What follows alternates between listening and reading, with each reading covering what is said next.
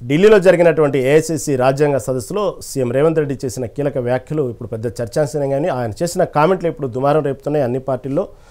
రాహుల్ గాంధీని కాబోయే ప్రధాని అంటూ చెప్పినటువంటి మాటలే ఇప్పుడు ప్రధానంగా చర్చకు దారితీసింది. ప్రస్తుతం మనం మురళీ మనోహర్ గారితో ఉన్నాం. మురళీ మనోహర్ గారు చెప్పండి, ఇది రాజ్యాంగ సదస్సులు అంటూ కాంగ్రెస్ పార్టీ మధ్యకాలంలో చేస్తుంది. యాక్చువల్గా రాజ్యాంగానికి హాని జరుగుతుంది, రాజ్యాంగాన్ని కాపాడాలి అంటూ జరుగుతున్నటువంటి ఈ రాజ్యాంగ సదస్సుల ఉద్దేశం ఏంటి? ఉద్దేశం ఏం లేదు. ఎప్పుడైనా రాజకీయ పార్టీలు మనుగడ కోసం ఏం చేస్తుంటాయంటే రకరకాల నరేటివ్స్ను క్రియేట్ చేస్తూ ఉంటాయి. కనుక మోడీ ప్రభుత్వము రాజ్యాంగ విరుద్ధంగా వ్యవహరిస్తుంది, రాజ్యాంగాన్ని దెబ్బతీస్తుంది, ఈసారి గెలిస్తే రాజ్యాంగాన్ని మారుస్తుంది అని. ఇప్పుడు నెక్స్ట్ టైం నరేటివ్ ఏంటి అంటే ఇంకా ఈసారి గెలిస్తే ఎలక్షన్సే ఉండవు అని.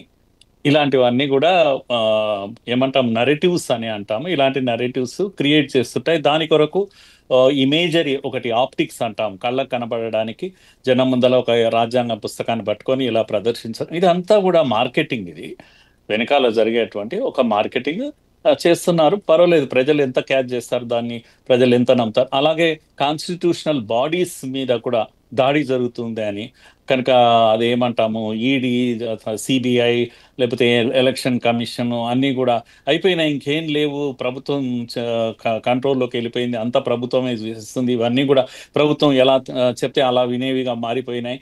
ఇలాంటివి ఒక ఏమంటాము, ఒక నరేటివ్ ఆయన చేస్తున్నాడు. ప్రజలు ఎంత దాన్ని నమ్ముతారు ఏది అనేది తర్వాత విషయం.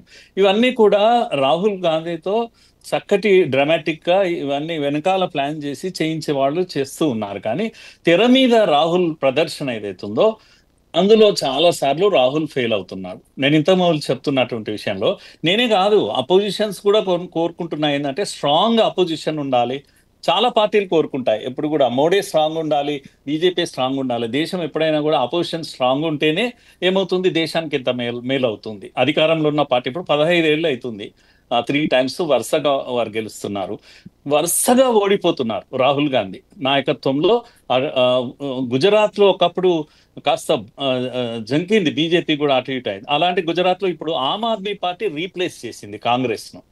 కనుక మెల్లమెల్లగా కాంగ్రెస్ను ఏం చేస్తున్నాయంటే ఆమ్ ఆద్మీ పార్టీ గుజరాత్లో, ఢిల్లీలో, పంజాబ్లో అలా వేరే పార్టీలు ఆదరణ పొంది రాహుల్ సైడ్ లైన్ అయిపోతున్నారు. మొన్నటి డిఫీట్లో హర్యానాలో, తర్వాత ఇక్కడ ఏది మహారాష్ట్రలో ఇలా ఒకటి తర్వాత ఒకటి డిఫీట్ అవుతున్నప్పుడు, ఆయన డైల్యూట్ అవుతున్నప్పుడు ఇంకా రాహుల్తోనే ఏదో ప్రియాంక ప్రయోగం అనే మన చేస్తారేమో అని ప్రజలందరూ చూశారు. ఎందుకంటే రాహుల్ చేస్తున్న తెర మీద ప్రదర్శన ఏదైతుందో వెనకాల రిహార్సల్స్ ఎంత చేసినా కూడా తెర మీద జరుగుతున్నది ఇది సరిగ్గా లేదు. ఉదాహరణకు సడన్గా లాలూ ప్రసాద్ లాంటి వాళ్ళు, లేకపోతే మమతా బెనర్జీ లాంటి వాళ్ళు ఇంకా ఎన్ని రోజులు మీరు లీడర్షిప్ చేస్తారు, మీ వల్ల కాదది, మాకు ఇచ్చేసేయండి, మేము చూస్తాం అని ఆమె అనేసేయడము.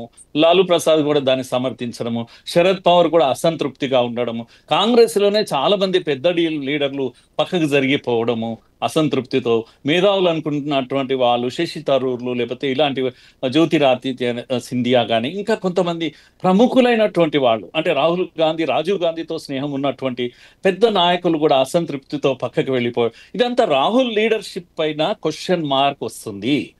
నేను ఊరికే ఆషామాషిగా చెప్పడం లేదు. రాహుల్ లీడర్షిప్లోనే చాలా ఇష్యూస్ ఉన్నాయి. ఫుల్ టైం, నేను ఇంతకుముందు చెప్పాను, ఫుల్ టైం లీడర్ కావాలి ప్రజలకు ఎప్పుడు కూడా. అప్పుడప్పుడు అన్ఎక్స్పెక్టెడ్గా ఎక్కడో మాయమైపోతాడు, మళ్ళా వచ్చి కనిపిస్తూ ఉంటాడు, ఏదో దేశంలో ఉంటాడు, రహస్యంగా ఉంటాడు, ఇలాంటివన్నీ కూడా ఉన్నాయి కదా. ఇది ఆయన ఇమేజ్ను దెబ్బతీస్తుంది. కనుక ఓ రకంగా అనకూడదు కానీ జాకీ పెట్టి లేపినట్టుగా ఉంది ఆయన లీడర్షిప్ను.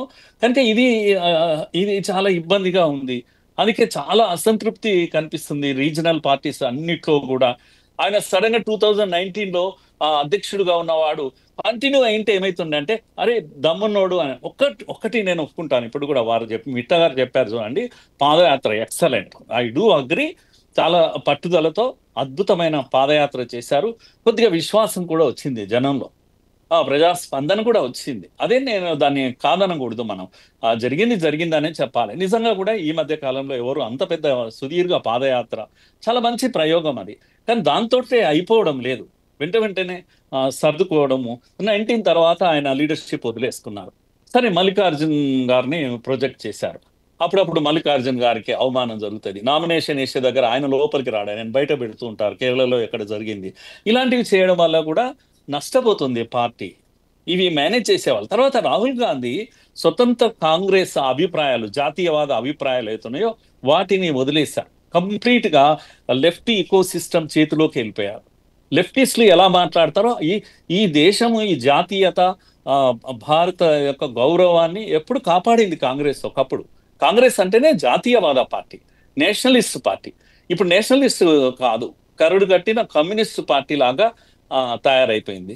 ఇక్కడ కూడా మీరు తెలంగాణలో చూడండి, రేవంత్ రెడ్డి ఎవరి చేతిలో ఉన్నారు? చుట్టూ ఒక 10 మంది కమ్యూనిస్టులు, హార్డ్ కోర్ కమ్యూనిస్టులు ఉంటారు. ఎడ్యుకేషన్ తీసుకుపోయి వీళ్ళు కాంగ్రెస్ వాళ్ళు ఎప్పుడు కూడా ఏం చేస్తారంటే ఆ లెఫ్టిస్టుల చేతిలో పెట్టేస్తారు. అరగోపాలు, లేకపోతే ఆ మురళి, లేకపోతే ఇంకెవరో వాళ్ళ చేతిలో పెట్టేస్తారు. వాళ్ళకి తోచింది వాళ్ళు చేస్తుంటారు. వాళ్ళు ఎంత అన్ఎంప్లాయిడ్ పర్సన్స్ అన్నట్టు. ఈ పార్టీలో ఉంటారు, రేపు ఇంకో పార్టీలో ఉంటారు. అధికార పార్టీ ఏది ఉంటే దాంట్లో పెట్టుకుంటారు. ఎడ్యుకేషన్ వాళ్ళు వదలరు, జర్నలిజాన్ని వాళ్ళు వదలరు. వాళ్ళ చేతిలో పెట్టేసి స్వతంత్రంగా పనిచేస్తే కాంగ్రెస్ చేయగలుగుతుంది. లీడర్లు ఉన్నారు, లేకపోవడం ఏం కాదు, మేధావులు కూడా ఉన్నారు.